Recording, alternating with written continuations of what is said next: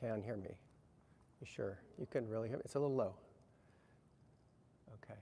How are we doing now? So are these plugged into me or am I plugged into them?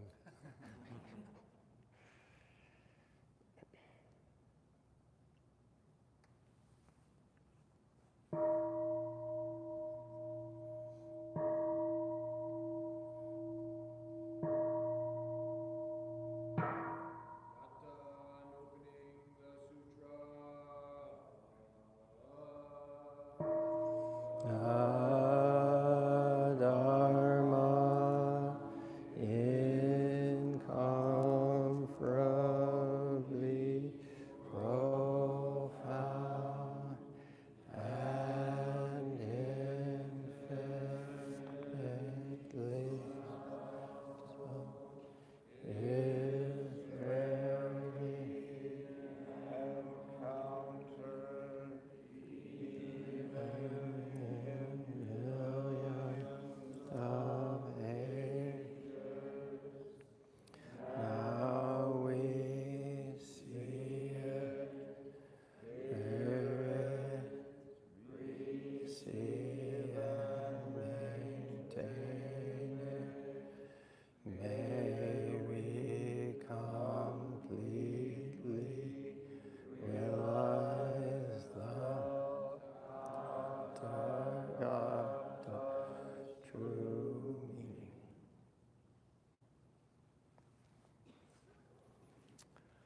Let me respectfully remind you, life and death are of supreme importance.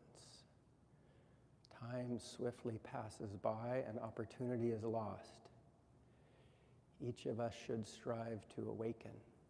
Wake up. Take heed. Do not squander your life and death. Good morning. The morning of our first full day of the year-end retreat. So we're here bringing an end to one time, and we are preparing for a new time. Not through any grandiose gestures or reflections, but just by being present. That's how we do it. That's all you have to do. It's really good to see so many new faces. Welcome all of you who are new to Village Zendo. I know that it can be a lot to walk into a place when you don't know other people. You may not be familiar with the Zen style. You may not have done a retreat like this before, but it is really good to have you. I hope that you are finding your way and can be patient enough to allow the process to unfold and see what happens. See what happens. I think the most important thing on the retreat is just your own experience. It's not some idea of what was going to happen that you may have heard about or that you may have planned on something, but just what you're actually going through. That's all you need to worry about. Just, based on past experience, it's likely that over time your mind will settle down, but the point is not that your mind has to settle down. The point is to see your mind, even when it's unsettled, even when you have discomfort or dismay or distraction, whatever's going on, just to see your mind. See it in the midst of your living and your dying, seeing yourself in your own experience. The same exact experience can lead to delusion or it can lead to awareness. The same experience can lead to samsara or to nirvana. It just depends on whether or not we're seeing ourselves and seeing things as they are. This whole retreat can be an opportunity to see into this, to see that samsara and nirvana are not separate worlds. They're just different ways of experiencing this one and only reality.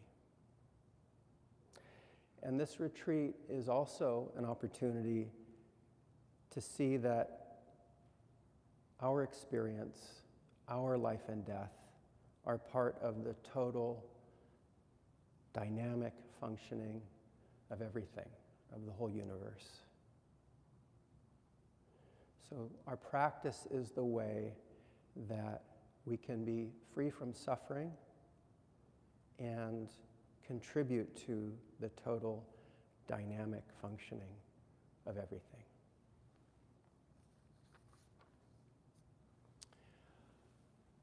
If you know the Zen literature, you may have heard stories about the way great Zen masters live and die. We're told that they clarify life and death as the great matter of all the bodhisattvas and treat their life and death as their playground. But we can't be too fooled by the fantastic stories, as inspiring or delightful or funny as they might be.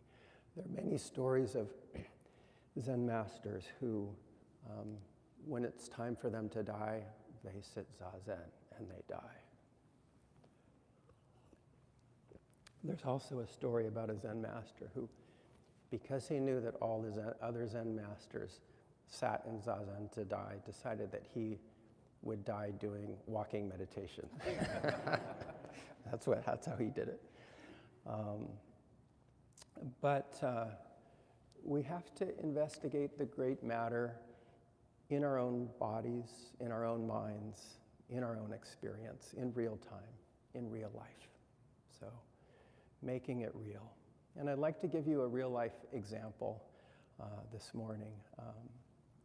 It's the life and death of a former Sangha member, Steve Jokai Karakashian, who passed away this fall at age 89.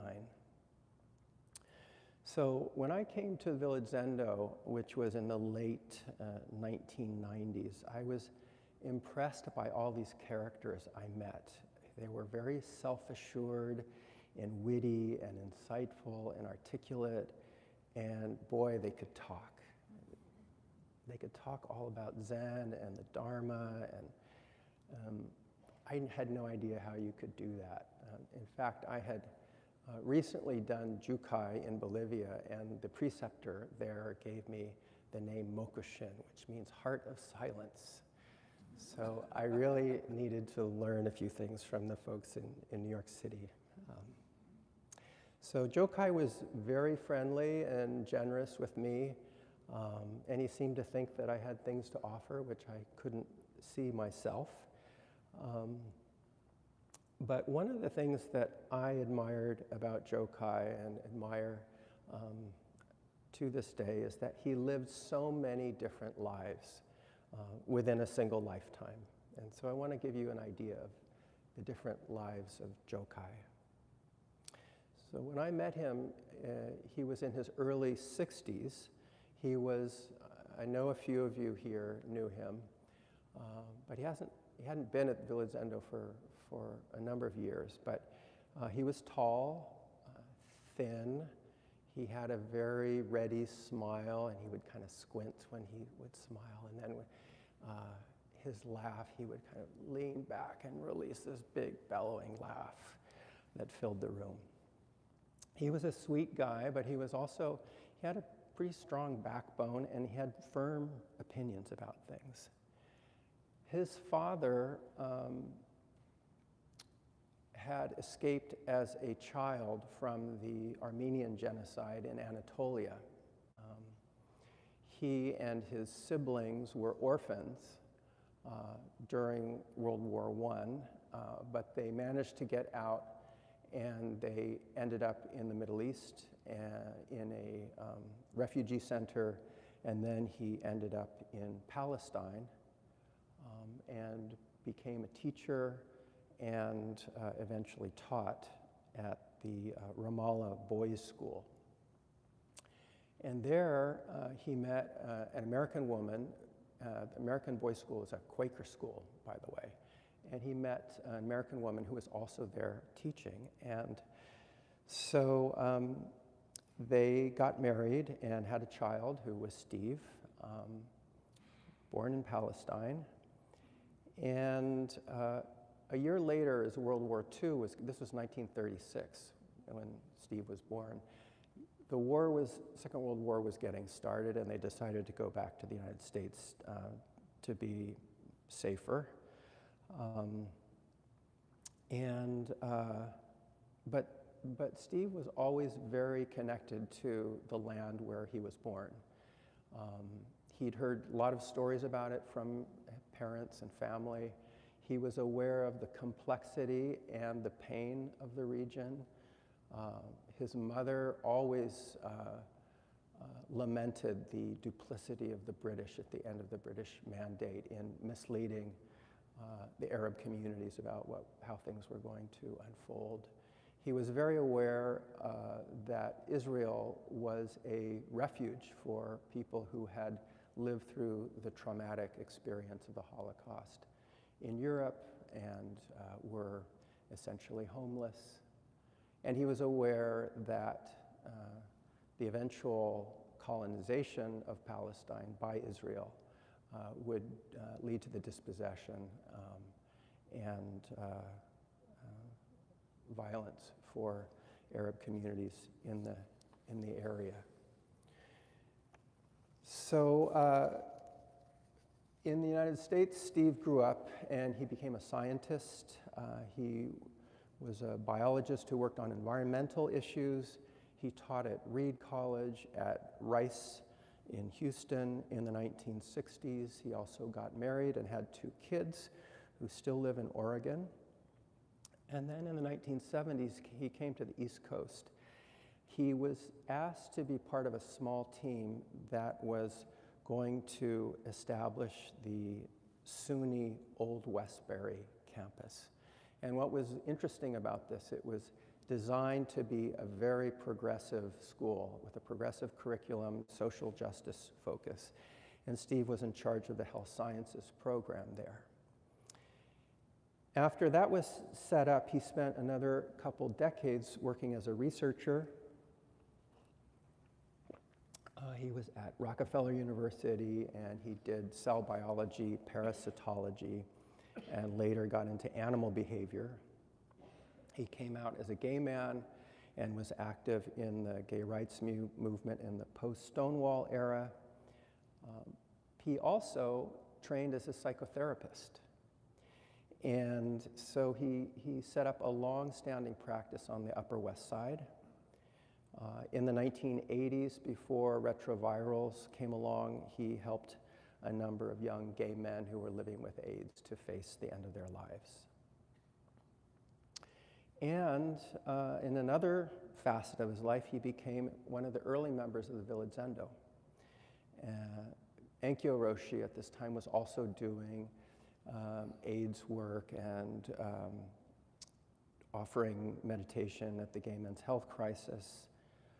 So Steve did the first Jukai that Shinryu Roshi performed. That was in 1997. And he did it along with a number of other people, his dear friend Sybil Myoshin Taylor, but also Myoko, Kokyo, Tapley, Joran was part of that group, Anzan was a part of that group, and others. In the 1990s, he identified as a Buddhist, but he decided to start going to Riverside Church because he liked the social activist work that they were doing. So he quickly got involved in solidarity work with South Africa. He traveled to South Africa as an election observer. He ended up working with the South African Council of Churches to support a small trauma counseling center in one of the black townships where there had been a lot of political violence. And this is how he met Father Michael Lapsley, an Anglican priest who had been an anti-apartheid activist. Father Michael had barely survived a letter bomb that had been sent to him by apartheid forces. And he became a part of an organization that Father Michael established called the Institute for Healing of Memories. They worked in South Africa and other parts of Africa, around the world, even in the United States. And their method was to work with communities that had been affected by war, other kinds of political violence and trauma stemming from those conflicts, through a process of collective listening and collective expression. He lived in South Africa for 6-month periods over a number of years in the 2000s. Another facet, he became a writer. He ended up writing Father Michael's biography, memoir, I should say, called Redeeming the Past, My Memory from Freedom Fighter to Healer. And then he wrote his own memoir called One Life, Many Worlds. But I think it could have been the other way around as well. One World, Many Lives. He finally decided to retire, and he went back to Portland to be near his 2 sons and to have a garden and a greenhouse where he could grow orchids. In yet another facet, he became a weaver of tapestries. This is something he learned over several decades, and it became especially important for him in the last decade of his life. So the tapestries from the end of his life they're very existential in their content and very vivid in their aesthetic style.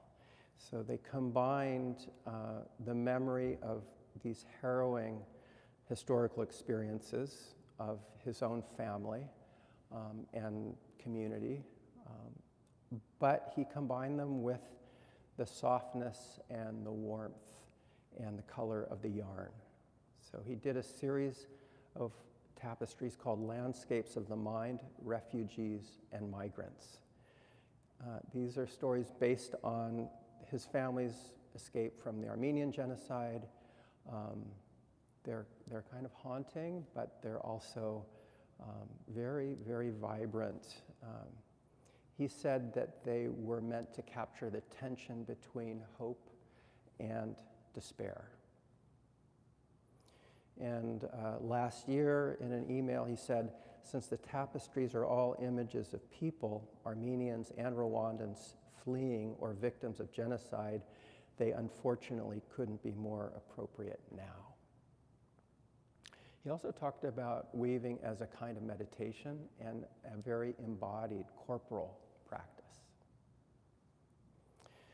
So, all this to say, I so admired Jokai's ability to move from one life to another, to reinvent himself without sticking to the past or being confined to one pattern that he had woven for himself. And I think I admired him for this because I find that so hard to do myself. My last email exchanges with him were last fall. He wrote an email to say goodbye to my partner and me. He said that his cognition was declining very rapidly. He said that from experience working with clients, he'd seen a lot of people go into decline, but he'd rarely seen a process that was so accelerated. So he said that he had made the decision that he was going to stop taking food and water. He wanted to die so that he wouldn't be a burden on his kids. He didn't want to end up in a facility with a diminished life, and he didn't want to waste the assets that he had that he would much rather give away to those he loved and to those causes that he believed in. He wrote to me, "Preparing to die has been one of the most profound experiences of my life. I've planned to die this way for the past 30 years, but staring it in the face is another matter entirely. I've always said that I intended to leave life this way because I wanted to participate in my dying as fully as I have tried to live my life. It turns out that living with the small decisions required in preparation keeps the matter squarely on the table and requires a recommitment to the underlying decision almost daily. The courage required is exhausting. So I was really taken aback when I got his message. I don't think I'd ever encountered someone who had been so intentional about how they were going to die. It wasn't a decision that was made out of despair or depression. He'd been planning it for decades. It was an article of faith for him. This is the way he wanted to go. And all this might sound like a very personal matter, but I'm telling it to you because he would have wanted for you to know. He wanted for others to reflect on how to die because he thought that in our society we have a very unhealthy way of denying death and shunting it aside.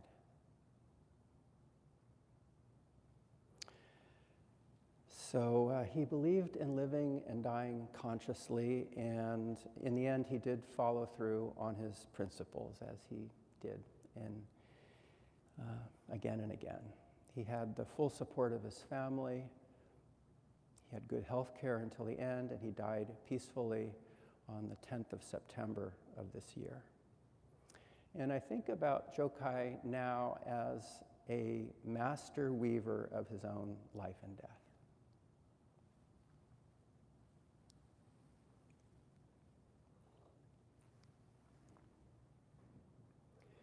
So we have two study texts for this Ango period, and they both address this theme of living and dying. And these are texts that we've never used before as study texts at Village Zendo. You will probably find them more accessible than other Dogen texts. They're not so abstruse or technical. They were actually written for lay audiences, not for the monastics in his community. So the first is called Zenki.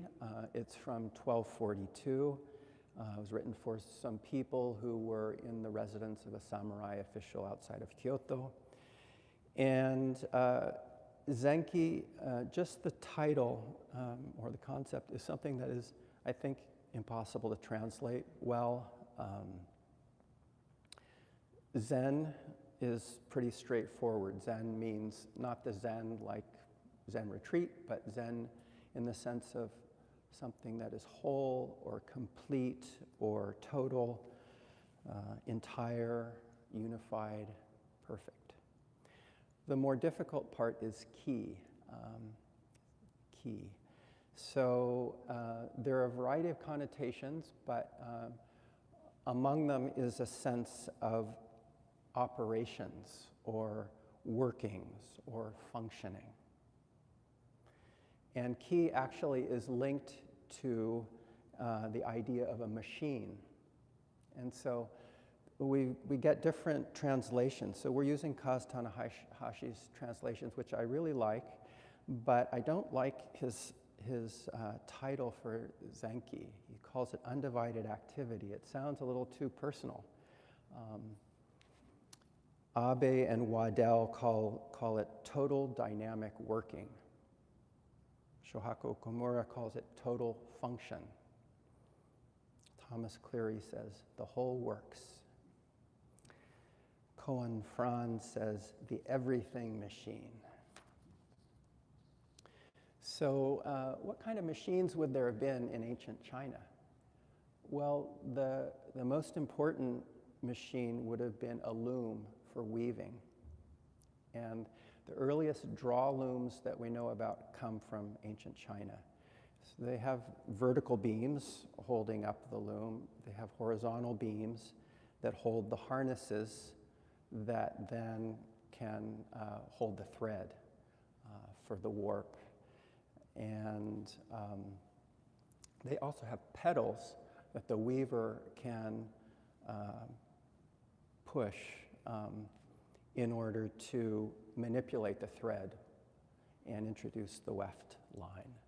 So for the weaving to happen, all the different parts have to work together simultaneously, all engaging, all at once. And it's the weaver who activates the loom using the foot pedals and who passes the shuttle through the spaces in the warp that are opened up by the pedaling. So without the weaver, the whole loom comes to a stop and no longer functions. So we might think of our own practice as kind of like the pedal point that we engage in order to make the whole machine function, to produce the weaving of our life and death. The second text is Shoji. This is undated. Again, it's more like a Dharma talk than one of his other more complicated Shobogenzo texts. So sho means birth, to be born or to live, and ji means death, to die or be dead. The translation of the title is Birth and Death, or Life and Death.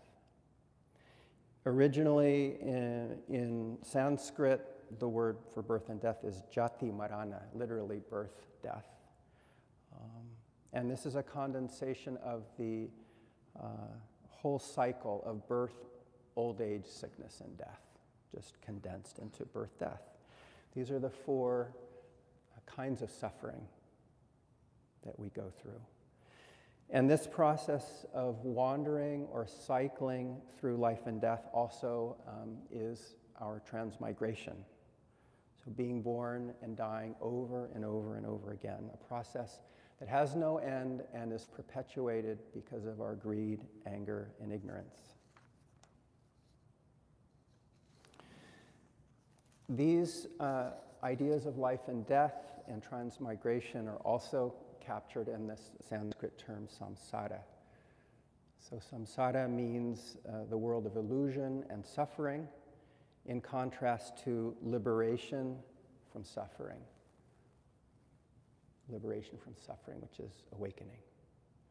So these terms refer not only to our miseries, but also to our joys, not only to the good days, but the bad days.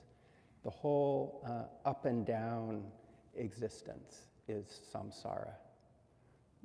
Whether we're in the realm of the heavenly beings or the human beings or the fighting spirits or the animals or the hungry ghosts or the hell dwellers.